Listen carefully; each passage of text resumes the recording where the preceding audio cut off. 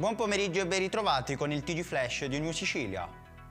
Un uomo di 78 anni, del quale i parenti non avevano notizie da quasi oltre 24 ore, è stato trovato morto.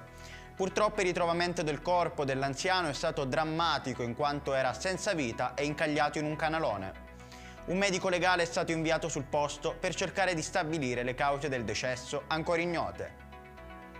Il Codacons ha presentato un esposto in procura riguardante le lunghe liste d'attesa per visite ed esami specialistici negli ospedali di Catania.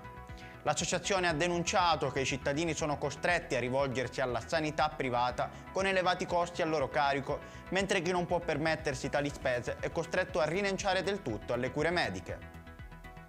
I carabinieri di Catania hanno adottato misure severe nei confronti di 10 individui, tutti accusati di reati gravi come risse aggravate e lesioni. In particolare è stata loro notificata la misura del Daspo Willy.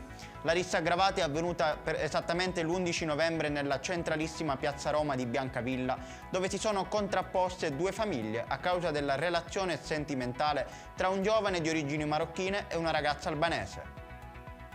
Dopo la presentazione del piano di esercizio di marzo con i nuovi orari in vigore dal giorno 8, consultabili sul sito MTS Catania, l'azienda comunica l'acquisto di 30 nuovi autobus della lunghezza di 12 metri da ATM Milano, consorziata con l'azienda Etnea nel consorzio Full Green.